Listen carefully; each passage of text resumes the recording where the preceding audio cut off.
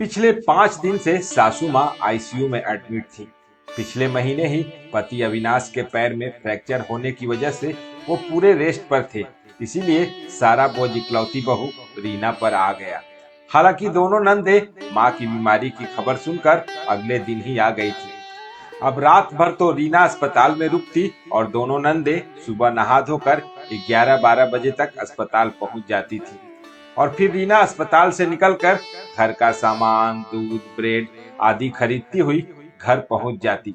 फटाफट खाना बनाकर सबको खिलाती, ट्यूशन के बच्चों को पढ़ाती, शाम का खाना बनाकर रखती और रात में रुकने के लिए अस्पताल पहुंच जाती।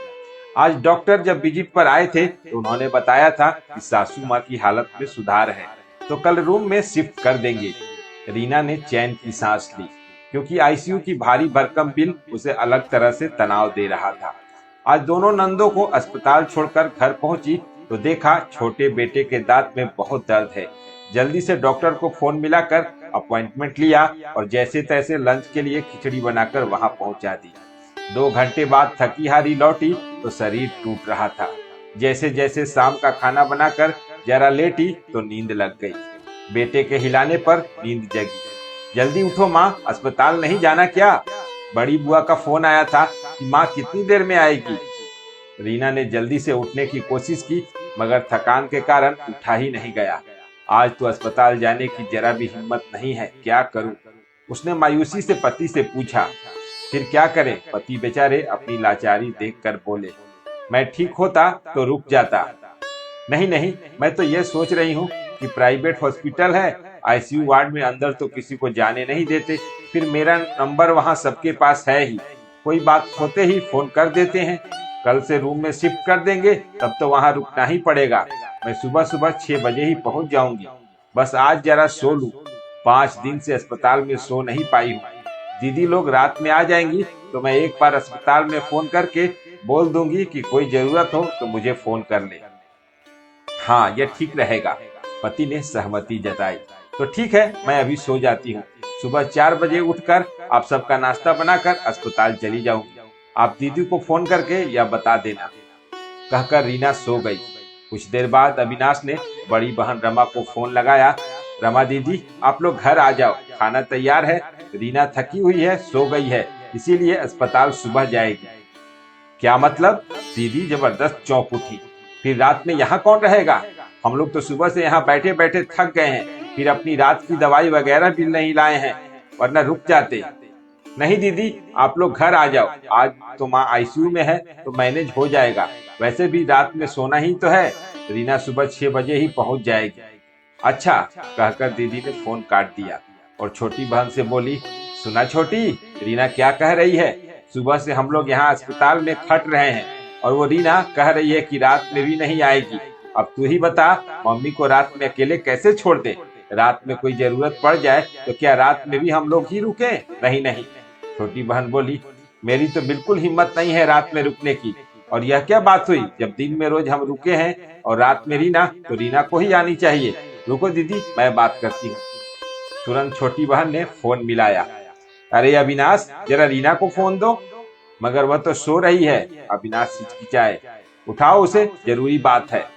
दीदी ने आदेश दिया। उनिंदी सी पड़ी रीना एक आवाज में ही उठ बैठी। 5 दिनों से अस्पताल के हॉल के कोने में सतर्क सोने के कारण शायद गहरी नींद आ नहीं रही थी।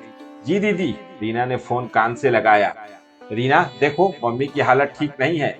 ऐसी हालत में यहाँ उन्हें रात में अकेले छोड़ देना क्या होशियारी की बात है?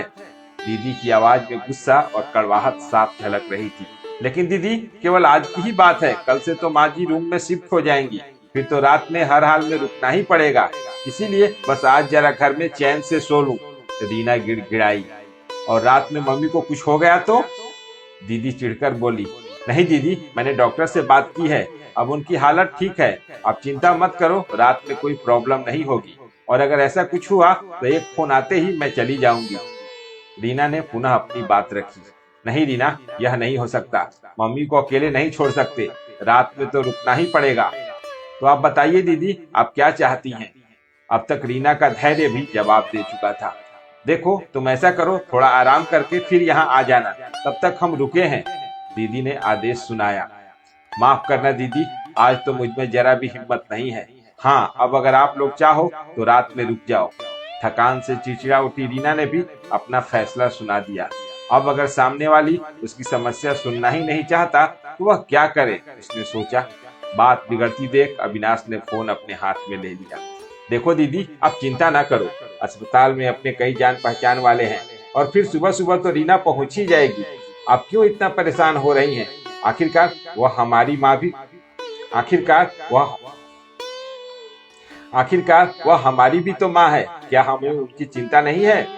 लेकिन दीदी, जो हमेशा चुप रहने वाली रमा के जवाब से तिलमिला गई थी, गुस्से से बोली, हाँ अविनाश, जानती हूँ वह मेरी माँ है, तुम्हारी माँ है, लेकिन उसकी माँ तो नहीं है ना। इसीलिए क्या वो अपनी माँ को भी यूं रात में अकेला छोड़ देती? स्पीकर पर चल रहे फोन को सुन रही रमा सकते में आ गई। दीदी तो बात का बतंगड़ ही बना रही हैं। अस्पताल में उसकी भाग दौड़ देखकर सब लोग उसकी सासू माँ को उसकी सगी माँ ही समझ रहे थे और दीदी ने 1 मिनट में कह दिया कि वो उसकी माँ नहीं है। फपक फपक कर रोते हुए वो अविनाश से बोली, अविनाश, क्या मैंने तुम्हारी माँ की देखभाल में कोई कसर छोड़ी है? अविनाश ने उसे संभालते हुए कहा, नहीं रीना, तुम्हारी कोई गलती नहीं है। तुम जो कुछ कर रही हो बहुत है। तो फिर दीदी ने ऐसा क्यों कहा? जब तक मम्मी पापा ठीक थे तब भी दीदी लोग कभी मुझसे सीधे मुंह बात नहीं करती थी और हमेशा यही जताती थी कि वह तो अपने मम्मी पापा के घर आई है, जैसे हमारा इस घर में कोई अस्तित्व ही ना हो। और अब पापा के जाने के बाद जब मैं कोशिश कर रही हूँ कि संबंधों में मधुरता बनी रहे, तो दीदी का ऐसा व्यवहार, क्या उन्हें दिखाई नहीं दे रहा कि मैं लगातार 5 दिन से अस्पताल में किस तरह सो रही हूँ? क्या अस्पताल में कोई आराम कर सकता है? उन लोगों को कष्ट ना हो, इसीलिए एक भी रात मैंने उन्हें अस्पताल में रुकने के लिए नहीं कहा। रो मत रीना, मम्मी की चिंता में ही दीदी के मुंह से ये सब बातें निकल गई हैं, तुम दिल पर मत लो। लेकिन अब जब दीदी ने इतनी बड़ी बात कही दी है तो उन्हें इसका मूल्य भी चुकाना होगा। कल से 1 रात हॉस्पिटल में तुम रहोगी और 1 रात दीदी रहेंगी, ताकि उन्हें भी एहसास हो सके कि रात में हॉस्पिटल में रुकना कितना कष्टदायक है, अविनाश ने निर्णयात्मक स्वर में कहा।